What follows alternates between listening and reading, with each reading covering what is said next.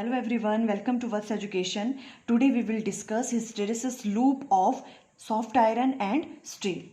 बहुत बार ये question exam में आ जाता है कि हमें हिस्टेरेसिस लूप डिस्कस करो सॉफ्ट आयरन का एंड स्टील का। या तो क्वेश्चन इस तरह से आ सकता है कि मैग्नेटिक प्रॉपर्टीज का कंपैरिजन करो किस किस के बीच में, सॉफ्ट आयरन एंड स्टील के बीच में। तो देखो हम हिस्टेरेसिस लूप हमने ड्रॉ किया हुआ है सॉफ्ट आयरन एंड स्टील के लिए। जो ये रेड कलर का है ये सॉफ्ट आयरन के लिए है। इस तरह से हिस्टेरेसिस लूप बनता है फॉर सॉफ्ट आयरन, जो नैरो वाला है, ठीक है। और जो ग्रीन कलर में है वो हिस्टेरेसिस लूप है फॉर स्टील, ये स्टील के लिए बनता है। इसका एरिया थोड़ा वाइड होता है, बड़ा होता है इसका एरिया स्टील का, ठीक है। तो देखो काफ़ी हद तक जो प्रॉपर्टीज़ हैं वो हमें कर्व देख के ही पता चल रही हैं। जो भी हमारे पास लूप्स हैं उनको देख के हमें पता चल रहा है। हमने लास्ट 1 और 2 लेक्चर्स में अच्छे से डिस्कस किया है देखो इसके बारे में। सबसे पहले हम क्या करते हैं, देखो रिटेंटिविटी। अगर हम सॉफ्ट आयरन की बात करें, ये वाले जो रेड कलर वाला जो आपके पास लूप है, इसमें रिटेंटिविटी की वैल्यू क्या है, देखो ज़्यादा रिटेंटिविटी की वैल्यू कौन सी होती थी, ये वाली, जो ये वाली है OB डैश से यहाँ पे डिनोट किया हमने, ठीक है। तो स्टील के केस में वो रिटेंटिविटी की वैल्यू किससे ज़्यादा है, स्टील के केस में स्टील वाली OB है, तो OB डैश की वैल्यू किससे ज़्यादा है, OB से। तो मीन्स जो रिटेंटिविटी की वैल्यू है सॉफ्ट आयरन में वो क्या है, ज़्यादा है स्टील से, यहीं से पता चल रहा है। और हमने क्या पढ़ा था कोरिसिविटी के बारे में। कोरिसिविटी कौन सी होती थी, ये वाला हमें कितने नेगेटिव डायरेक्शन में H की वैल्यू को लगाना पड़ रहा है ताकि I की वैल्यू को क्या हो जाए, 0 हो जाए। मीन्स वो किस वैल्यू ऑफ H पे वो जो है वो डीमैग्नेटाइज्ड हो रहा है मटेरियल, ठीक है। तो उसकी वैल्यू किसके केस में ज़्यादा है, देखो ये स्टील के केस में ज़्यादा है। स्टील के केस में वो वाली वैल्यू कौन सी है, OC, और इस वाले केस में जो आपके पास सॉफ्ट आयरन है वो क्या है, OC डैश, ये वाली वैल्यू कम है। स्टील के केस में कोरिसिविटी की वैल्यू क्या है, सॉफ्ट आयरन से ज़्यादा है। और अगर हम हिस्टेरेसिस लॉस की बात करें, अगर एरिया ज़्यादा होता था लूप का तो हिस्टेरेसिस लॉस भी ज़्यादा होता था। तो देखो स्टील का एरिया ज़्यादा है तो हिस्टेरेसिस लॉस किस में ज़्यादा होगा, स्टील में। और सॉफ्ट आयरन में क्या होगा, कम होगा, बिकॉज इसका जो एरिया है वो क्या कम है, ये नैरो है इसका लूप। क्लियर है। देखो इतनी बातें तो हमें देख के ही पता चल रही हैं, क्लियर है ना। अब देखो इस तरह से भी हम राइट डाउन कर सकते हैं। अगर प्रॉपर्टीज आती हैं परमिएबिलिटी, पहले परमिएबिलिटी हम डिस्कस करते हैं। देखो परमिएबिलिटी की वैल्यू, अगर कोई वैल्यू ले लो आप H की, देखो मान लो यहाँ पे ले रहे हैं हम, यहाँ बीच में, ठीक है। तो इस वाली वैल्यू H की वैल्यू मान लो ये है, तो इस वाले केस में देखो आपके पास जो B की वैल्यू, या बोल सकते हो आप I की वैल्यू, I और H के बीच में भी यही ग्राफ बनता है ना। तो उसमें देखो वैल्यू ऑफ I या जो भी उसकी मैग्नेटिक फील्ड की वैल्यू है इनसाइड वो क्या है, ये वाली आ रही है, किसके लिए, स्टील के केस में। और सॉफ्ट आयरन के केस में ये वाली आ रही है, बड़ी है आयरन के केस में, और स्टील के में कम है। तो हम कह सकते हैं कि सॉफ्ट आयरन के केस में B की वैल्यू क्या है, ज़्यादा स्टील के कंपैरिजन में। तो for a given H B is more for soft iron than steel, soft iron के केस में ज़्यादा है। So soft iron has a great permeability. तो परमिएबिलिटी किसकी ज़्यादा होगी, B डिवाइडेड बाय H होता है ना, कितना मटेरियल के अंदर है, और H कौन सी होगी, जो हम बाहर की बात करते थे, ठीक है। देखो इसमें कंफ्यूज नहीं होना है। हमने कभी कभी बीच में हमने क्या राइट डाउन किया था, BM divided by B not, means अंदर वाली कितनी है, मैग्नेटिक को कितना मैग्नेटाइज्ड हो रहा है। जब हम एक्सटर्नल जो आपके पास H की वैल्यू है, एक्सटर्नल मैग्नेटिक फील्ड को हम अप्लाई कर रहे हैं, तो किसकी वैल्यू ज़्यादा हो रही है, सॉफ्ट आयरन के केस में B की वैल्यू ज़्यादा है। तो इट मीन्स परमिएबिलिटी किसकी ज़्यादा होगी, सॉफ्ट आयरन की। यही हमने राइट डाउन किया है। For a given H B is more for soft iron than steel, so soft iron has a great permeability than steel. उसके बाद आप ससेप्टिबिलिटी राइट डाउन कर सकते हो। देखो ससेप्टिबिलिटी क्या होता था, as permeability of soft iron is greater than steel. Permeability किसकी ज़्यादा है, सॉफ्ट आयरन की, स्टील से। तो ससेप्टिबिलिटी भी क्या होगी उसकी, ज़्यादा, क्यों, सो soft iron has a great susceptibility. Susceptibility क्या होता था, μr-1। अब ये वाली वैल्यू सॉफ्ट आयरन के लिए ज़्यादा है, तो सॉफ्ट आयरन के केस में ससेप्टिबिलिटी भी क्या होगी, ज़्यादा, बिकॉज ये वाली वैल्यू ज़्यादा है, किसके कंपैरिजन में, स्टील के कंपैरिजन में। तो susceptibility of soft iron is more than steel. Clear हो गया ये, है ना।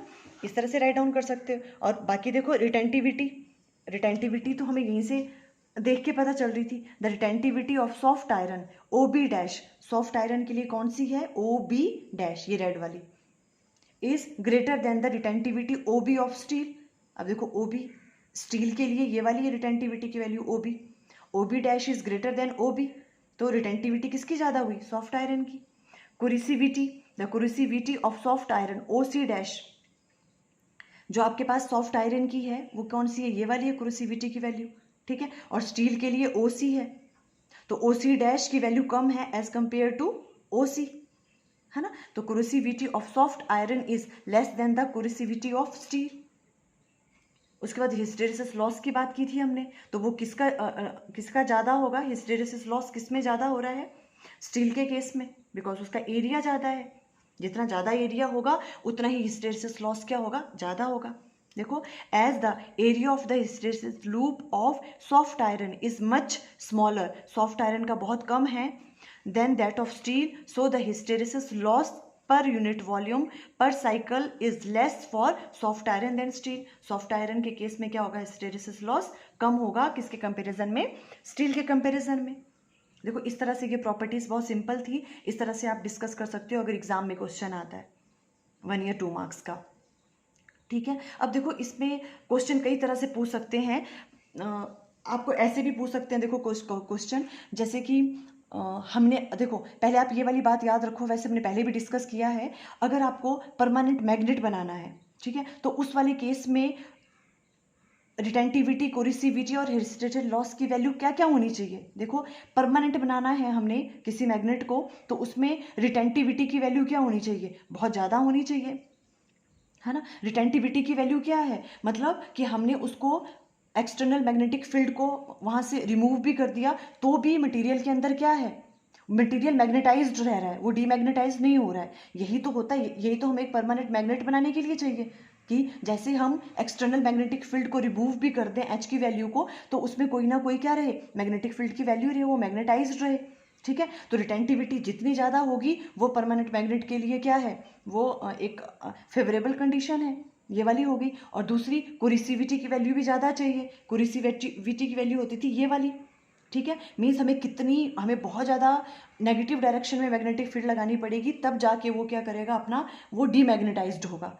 तो वो जितनी ज़्यादा वैल्यू होगी उतना ही परमानेंट मैग्नेट के लिए वो अच्छा है ना। तो परमानेंट और हिस्टेरेसिस लॉस, ऑफकोर्स अगर रिटेंटिविटी की वैल्यू ज़्यादा है, कुरिसिविटी की वैल्यू ज़्यादा है, इट मीन्स उसका एरिया भी क्या होगा, ज़्यादा, तो हिस्टेरेसिस लॉस उस केस में क्या होगा, ज़्यादा होगा।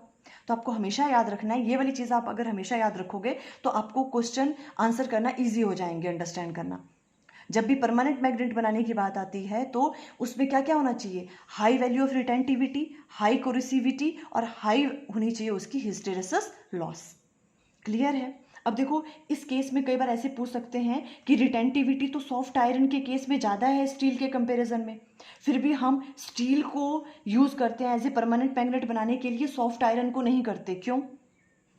तो देखो इस वाले में आप इस तरह से आंसर कर सकते हो, क्योंकि क्वेश्चन कैसे भी पूछ सकते हैं, सॉफ्ट आयरन के केस में रिटेंटिविटी की वैल्यू तो ज़्यादा है, बट जो दूसरे दो फैक्टर हैं, कुरिसिविटी की वैल्यू स्टील के कंपैरिजन में बहुत कम है, और जो इसका हिस्टेरेसिस लॉस है वो भी स्टील के कंपैरिजन में क्या है, बहुत कम है, ठीक है। इसलिए हम क्या करते हैं, स्टील को एज ए परमानेंट मैग्नेट बनाने में यूज़ कर सकते हैं, बट सॉफ्ट आयरन को नहीं। आप ऐसे आंसर कर सकते हो इस क्वेश्चन को, ठीक है। अब देखो मैंने 1-2 क्वेश्चन यहाँ पे लिए हुए हैं जो जी मेन में आ चुके हुए हैं इसी से रिलेटेड, वो किस तरह से हम एक बार देख लें। Hysteresis loops for two magnetic material A and B are given below.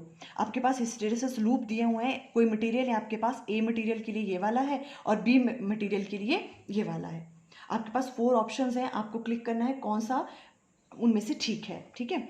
देखो ए, जो फर्स्ट ऑप्शन है, A for electromagnets and B for electric generators. हाँ, एक बात और आपने ध्यान रखनी है कि हमें अगर जब भी बात करेंगे इलेक्ट्रोमैग्नेट की, इलेक्ट्रिक जनरेटर्स की, अगर हम ट्रांसफॉर्मर्स को बनाने के लिए हमें मैग्नेट यूज़ करना है, उन सब केसेस में आपके पास रिटेंटिविटी की वैल्यू कम होनी चाहिए, कोरिसिविटी की वैल्यू कम होनी चाहिए, और हिस्टेरेसिस लॉस भी ऑटोमेटिकली क्या होगा फिर, कम, उसकी वैल्यू भी कम होनी चाहिए। मीन्स उसका जो लूप है वो नैरो होना चाहिए। क्लियर हुआ। और जो परमानेंट मैग्नेट में इससे अपोजिट होता है, क्योंकि देखो हमें जब भी ट्रांसफार्मर के लिए हमें यूज़ करना है या जनरेटर के लिए यूज़ करना है, तो उस केस में क्या होना चाहिए, हमें इस तरह का मैग्नेट चाहिए कि अगर हम मैग्नेटिक फील्ड अप्लाई कर रहे हैं तो वो मैग्नेटाइज्ड हो जाए, और जैसे ही हम मैग्नेटिक फील्ड रिमूव कर दें तो वो डीमैग्नेटाइज्ड हो जाए। ठीक है, तो उस केस में क्या है, रिटेंटिविटी, कोरिसिविटी एंड हिस्टेरेसिस लॉस की जो वैल्यूज़ हैं वो क्या होनी चाहिए, कम होनी चाहिए। बस ये चीज़ आपको याद रखनी है, फिर आप इन क्वेश्चंस को अच्छे से अंडरस्टैंड कर पाओगे। देखो अभी फर्स्ट बोल रहे हैं ये A for electromagnet and B for electric generator, कि ए इलेक्ट्रोमैग्नेट के लिए है, बी इलेक्ट्रिक जनरेटर के लिए है। और सेकंड ऑप्शन है A for transformers and B for electric generators. C option है B for electromagnet and transformer, and D option A for electric generator and transformers. देखो अब आपको पता है इलेक्ट्रिक जनरेटर हैं या ट्रांसफॉर्मर्स हैं, कोई भी आपको कॉइल बनानी है उसके लिए क्या होना चाहिए, उसमें उसका एक तो लूप क्या होना चाहिए, नैरो होना चाहिए, रिटेंटिविटी, कोरिसिविटी की वैल्यू भी क्या होनी चाहिए, कम होनी चाहिए। तो अब देखो उस वाले केस में कौन सी ऑप्शन ठीक है, सी वाली ऑप्शन, बिकॉज इसमें क्या राइट डाउन किया, देखो B for electromagnet and transformer. B वाला जो मटेरियल है ये ट्रांसफॉर्मर बनाने के लिए भी और इलेक्ट्रोमैग्नेट बनाने के लिए क्या है, ये परफेक्ट है, बिकॉज इसमें देखो रिटेंटिविटी, कोरिसिविटी और हिस्टेरेसिस लूप की जो लॉस है वो क्या है, कम है, नैरो है इसका ये वाला, है ना। सबसे पहले आपको एक ही चीज़ बात याद रखनी है कि इसका जो लूप है वो क्या नैरो है इसके कंपेरिजन में, तो option C is correct.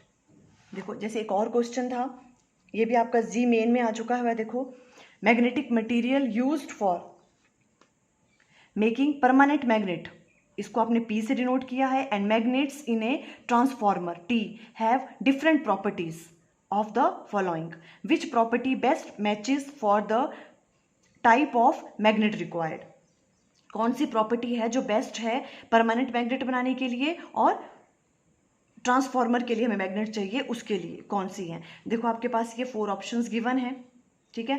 First one है कि आपके पास जो ट्रांसफॉर्मर है उसके लिए लार्ज रिटेंटिविटी चाहिए, स्मॉल कोरिसिविटी चाहिए, और परमानेंट मैग्नेट बनाने के लिए आपको लार्ज रिटेंटिविटी चाहिए, लार्ज कोरिसिविटी चाहिए, या तो परमानेंट मैग्नेट बनाने के लिए स्मॉल रिटेंटिविटी और लार्ज कोरिसिविटी, और ट्रांसफॉर्मर बनाने के लिए लार्ज रिटेंटिविटी और लार्ज कोरिसिविटी।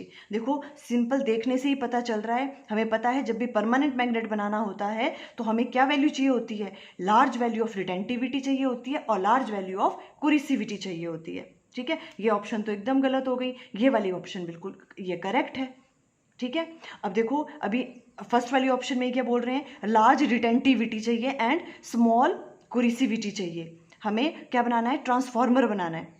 तो ट्रांसफॉर्मर बनाने के लिए हमें कैसी वैल्यू चाहिए होती है, रिटेंटिविटी की वैल्यू भी कम चाहिए और स्मॉल वैल्यू है कोरिसिविटी चाहिए होती है, तो ये भी गलत हो गया और ये वाला ऑप्शन भी गलत हो गया। उस केस में तो हमें रिटेंटिविटी और कोरिसिविटी की वैल्यू कैसी चाहिए होती है, स्मॉल, ठीक है। तो ऑप्शन बी इज करेक्ट है इसमें, ठीक है। Option B is correct, the material used for making a permanent magnet should have large retentivity होनी चाहिए उसकी और लार्ज कोरिसिविटी होनी चाहिए। देखो इस तरह के बहुत सारे क्वेश्चंस आपकी बुक में दे रखे हैं, आप उन्हें ट्राई करें अच्छे से अंडरस्टैंड। अगर आपको ये चीज़ें बेसिक अच्छे से अंडरस्टैंड किया हुआ है तो इससे रिलेटेड आप क्वेश्चन अच्छे से अंडरस्टैंड कर सकते हो। देखो आई थिंक आपको क्लियर हो गया। Okay, thank you.